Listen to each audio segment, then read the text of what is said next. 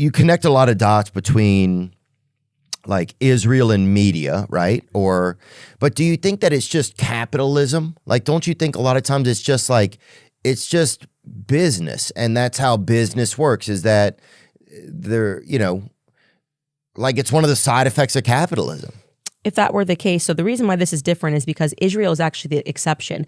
They are the only country that's allowed to lobby Americans. Like everyone else has to register as a foreign agent under FARA. Like with AIPAC or whatever? Yeah, so AIPAC, the backstory, by the way, before JFK got shot, he was fighting AIPAC. They were previously called, I'm blanking on this, you can look it up. And he was literally saying you have to register under the Foreign Act. Is that true? Let's look it up. 1,000% true, and you should look it up. We should fact check that live. He was fighting with what is today known as AIPAC. Was renamed AZCPA. I don't know what that stood for. In 1959, AZCPA was renamed AIPAC, and American Israel Public Affairs Committee, reflecting a broader membership and mission. Yeah. So JFK told them that they had to register under FARA, and so American Zionist Council. That's exactly what it was called. Okay, American Zionist Council was a pro-Israel lobby in the United States founded in 1949. It represented 9 nationwide Zionist organizations in matters related. See at the bottom there, in 1962, look at the last paragraph. In 1962, President John F. Kennedy and his brother Bobby, as a U.S. Attorney General, forced the AZC to register as a foreign agent. In doing so, they were barred from making monetary contributions to U.S. officials. Who was barred? AZC? Yeah, so AIPAC, for lack of a better term. They were called AZC back then, but continued to send out newsletters and hold events with a nonprofit tax exemption. Mm-hmm. And then what happened was he was shot. So he literally, they were writing him letters. You can find this. This is all this is available information. And he was like, you need to register, you need to register, you need to register. And then we told you to register. Why are you not registering? This makes no sense. And then AIPAC got lucky because he got shot and killed. What also you could So they are the reason why I'm bringing this up is not to further conspiracy theories. They're the only country that's allowed to lobby Americans are not registered under the FARA Act. And so when you see these under the what act? FARA. So that's like if you're a foreign agent, you have to basically register, your communications are monitored, all of this stuff. But for whatever reason, Israel is an exception to this. And the reason is because JFK got shot, because otherwise they would have been under this. So that is the reason that they're allowed to do this. And so, when this... And then, of course, we're not allowed to read the files, but leading up to his death, he was having arguments with the prime minister, Ben Gurion. That's a fact, another fact. He was having heated arguments with Ben Gurion, and then look it up. JFK. The Foreign Agents Registration Act is a U.S. law that requires people and entities working on behalf of foreign governments to register with the Department of Justice. Mm-hmm. So it drives me insane to see these absolute frauds, like when they go, oh, Russia spent $1 million, or whatever they said. I remember they came after Lauren Chen, and they're like, there is the idea that Russia spent money, and they'll say something like $26,000, or they spent $3 million, and influenced the election. And all of these people will be taking money from AIPAC, but they're like, oh, well, AIPAC got lucky. Well, JFK got shots. But wasn't the Russia story that was figured out to be a facade, right? But so when you hear these people in your government saying this, you should know how fraudulent they are, because they all are taking money from Israel. And so it's like, yes, is Israel doing it legally because a president got shot? Sure, but it's wrong. A country should not be able to lobby to get what they want and control our congressmen. And you get to see them flex that muscle, TikTok and things of nature when they are now interfering with our speech, and they'll get laws passed really quickly. It allows literally a foreign country to make decisions in our nation. Lobbying should just not be allowed, full stop. So instead they go, oh, well, you're focusing on it because they're Jewish. No, you're just the only country that's allowed to do it. I would feel the same way if there was a Chinese lobby that was spending. To do it? No, there's no other country that's allowed to do this but Israel. Only AIPAC. There's no other country that everyone else has to register under the FARA Act, and that changes things significantly. AIPAC is the only, American Israel PAC, whatever it is, that's allowed to spend $100 million in our elections and not be called names. Like if could you imagine if Russia spent $100 million in our elections? If there was a Russia PAC or a Chinese PAC, and they were just allowed to spend that kind of money to lobby and pay our politicians to say things and to believe in things, and that should make people angry. That should make people angry, irrespective. Like I said, it could be any country. Unless, right, I agree with you that it's amazing. Or let them all do it. Right. If like America is owned by Israel or something, or part ownership or whatever, just tell us that. Right. Well, they don't want to. Like that's a weird thing I don't understand. Like because then you wouldn't sign up for wars.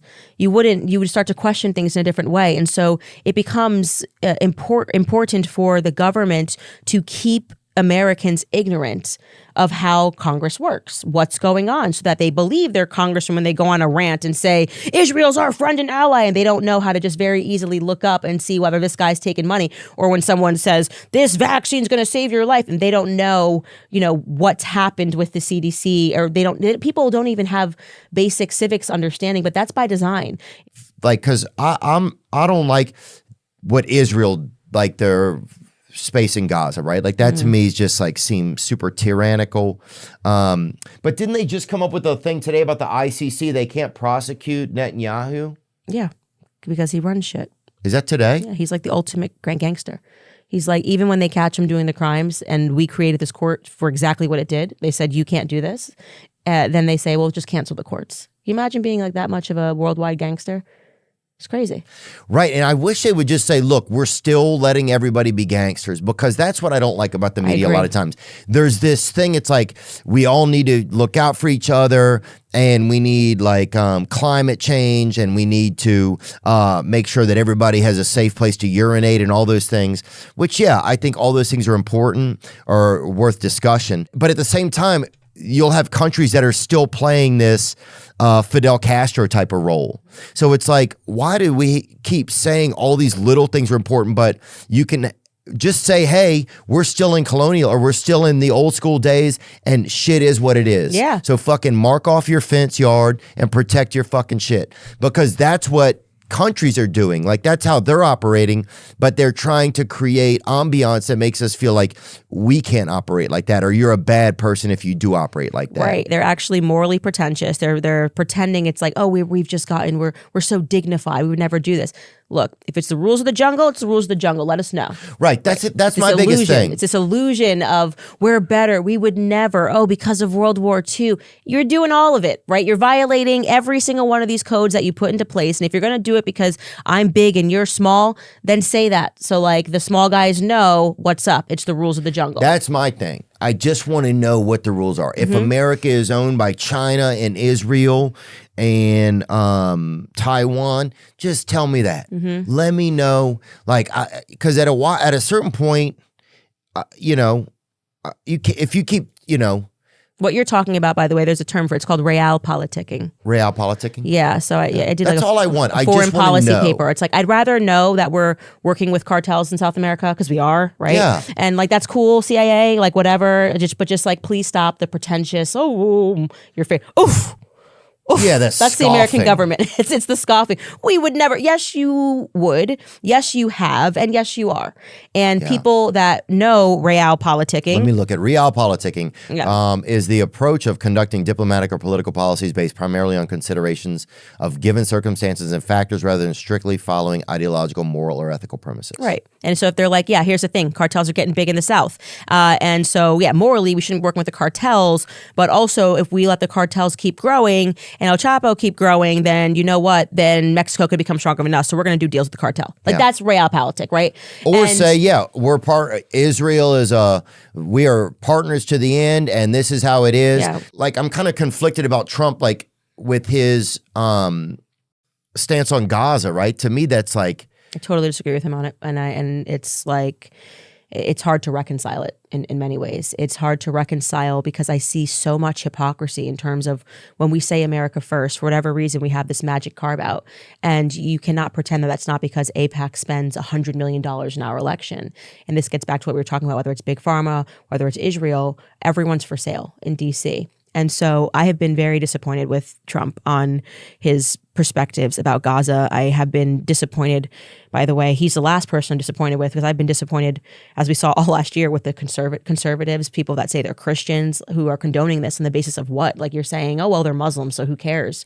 And that gets into our programming, which I've spoken about in my podcast, of this 9/11 programming, where we just don't see Muslims as like human life. And to me, to speak about Gaza and talking about casinos and hotels, and these people just lost their entire families. It's so far removed from humanity. And I think it's wrong, and I'm tired of America being used as Israel's piggyback. You know, for whatever reason, everyone can critique every other country for taking money from us, and then there's just everyone's blind when it comes to Israel.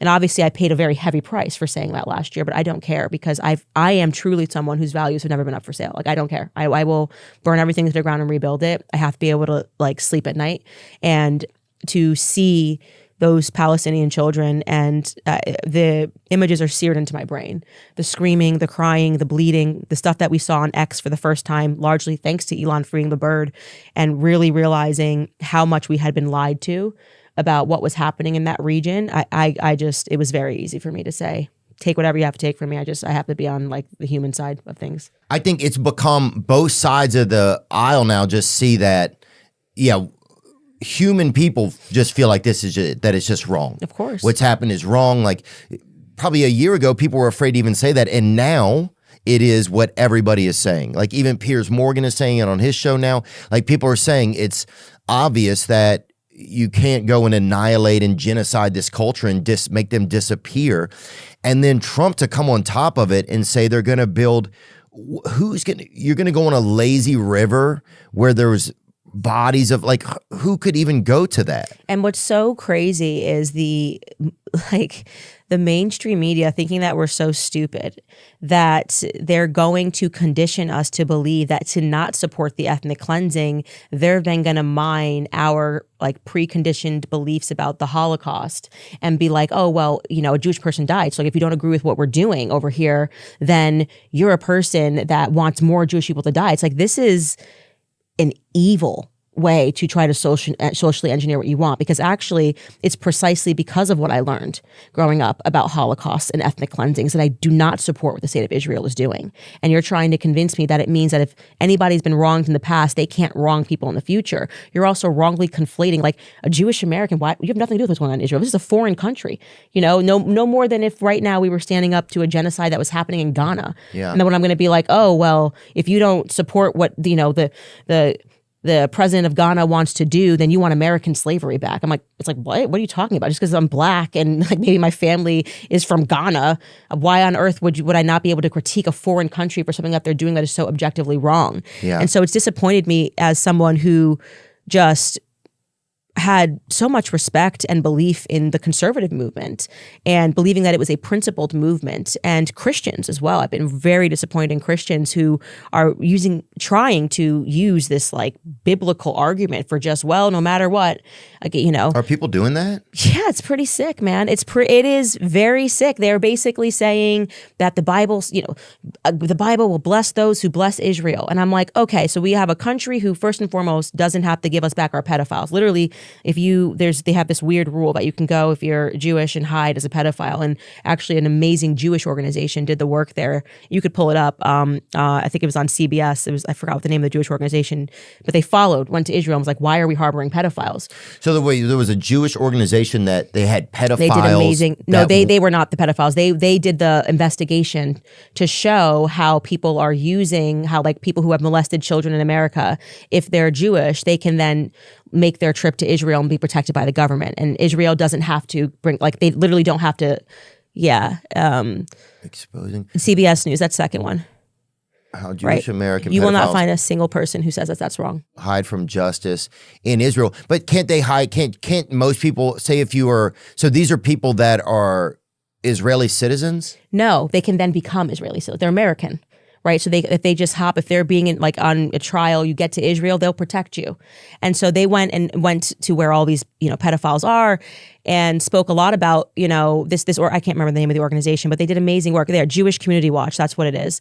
And so that's what I mean, where it's like there's also this wrong conflation that annoys me as well, because you have Jewish organizations who will objectively say this is wrong. They recognize they are Americans. They don't support pedophiles. And yet the mainstream media is trying to conflate them and make them think that they have to defend the actions of this state.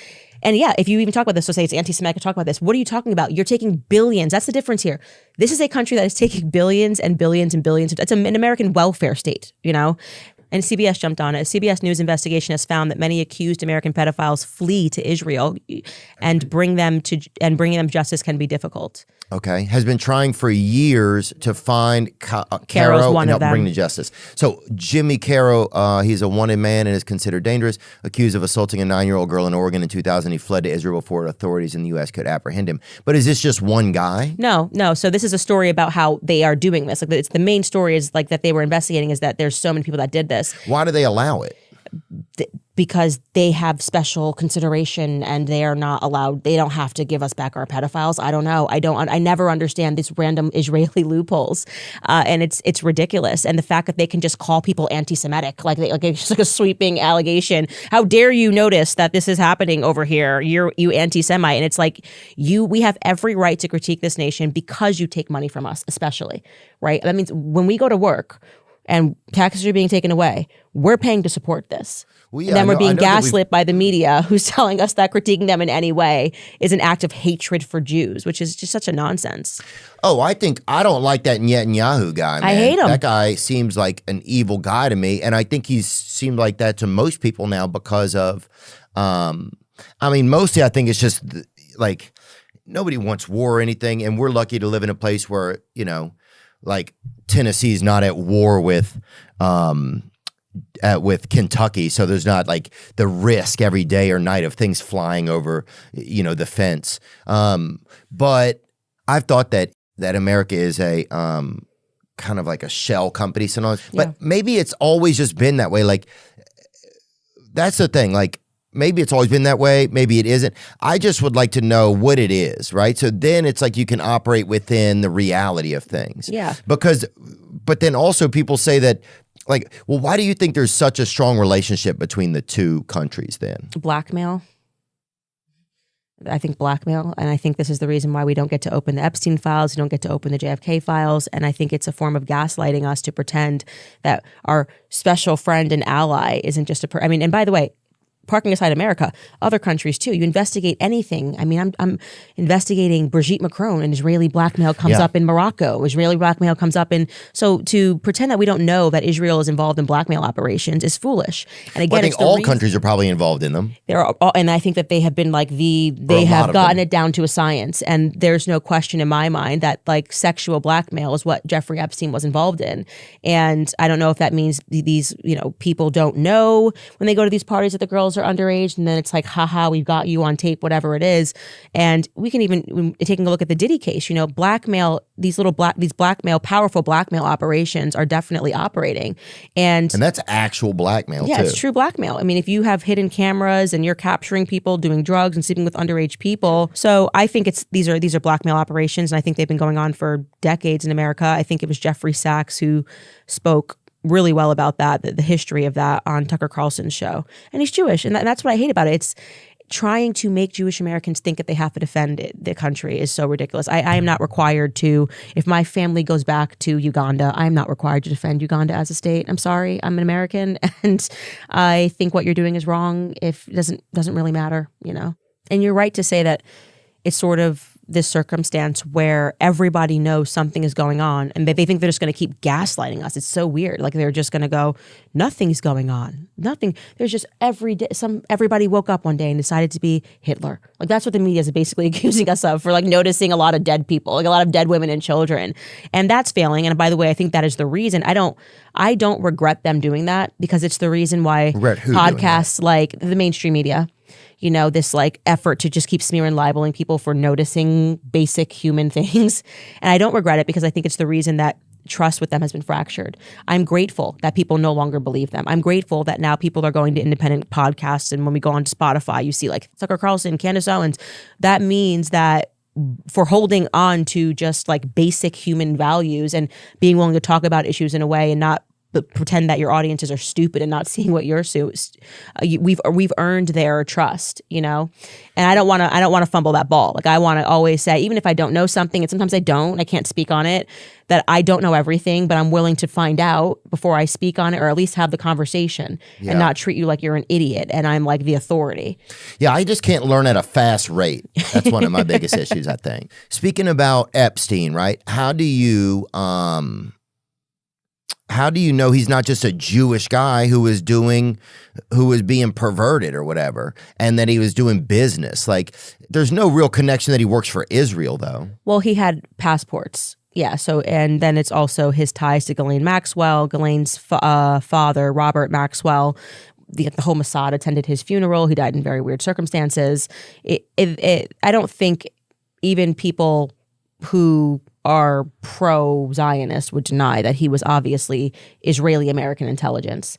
And he had weird passports. I mean, he had like a Saudi Arabian passport, an Israeli passport, an American passport. Oh, he's perving then. And yeah, and under different names, by the way. He had working passports of these different countries with different names. You can't just get that. You know what I mean? You can't just get these passports without being connected to the intelligence services. And it was never made clear why he was so rich. So who was giving him all that money? Was this like black ops, our tax dollars going to give him this illusion of wealth and power so that he would party with all of these billionaires? And yes, you're right. Blackmail operations happen all across the world. I think America, in terms of just how America has been seized, that's the only explanation for how Israel's able to expand with such a small population. And like, somebody has to be fighting their wars. Somebody has to be funding them. We're funding them. So I think we've just become like the piggy bank to them. But how do you keep like, how do you keep your Jewish friends but have issues with like Israel and stuff like that? How do you manage that? I haven't, not even one Jewish friendship has ended because it's very weird. Like the purpose of these advocacy groups. And Jewish agents set this up today too, I want to know. Yeah, but that's the point. Once you know people, they're not going to fall. You think I grew up in a very Jewish town. I grew up just outside of New York City. And all my best friends growing up were Jewish. It just happened to be the way that it was. And so like, you're not going to convince them, these people that like I was at their Rosh Hashanah dinner. Like I know Jewish prayers. And the Jewish families that I worked for in New York, overnight that Candace turned into Adolf Hitler. Like that actually is being sold. Oh, that's a good point. It's just like, they're not going to buy that. You know what I mean? So it's stupid. But the other thing is that they haven't yet worked through, I think, this new generation of smear tactics, like the people that are employing it now, people like Barry Weiss, they haven't quite figured out that once people have a platform that's big, like if people are watching your show every single day, and I say, actually, Theo Von is an avowed racist, like he is the second coming of whoever, he just wants slavery back. You're not just condemning Theo Von, you're condemning the millions of people that listen to him, and they get mad because they know they're going to be like, I listen to his show every day. What are you talking about? Like he says raisins are, you like raisins because they're grapes that have been through shit. That's a Theo Von quote. Yeah, I would never do slavery, dude. I have fucking 3 employees. I can barely handle But if I had guys. advocacy groups and tons of money, I could just be like, write articles that say Theo Von hates black people. Okay, we could do it, but at the end of the day, people that listen to you know better and they get angry. And all it does is it breaks them away from trusting the mainstream media more because they are listening to you every day. So I have the confidence in my followers. They know me. They know who I am. I don't hate anybody. I just hate liars. And they come in all different shapes and sizes and races and religions. You can find you a liar anywhere. So. Yeah. Well, I do think because there's also a lot of great things that I see, like in like a lot of Jewish families, they value education. Right. They invest in their children. Mm-hmm. Those are like some of the things that they do super well. They work together, right? Like a lot of Jewish guys that I know, they'll connect you with another Jewish guy to work with or something, like they help their group, and that's something that I feel like other groups could learn how to do as well.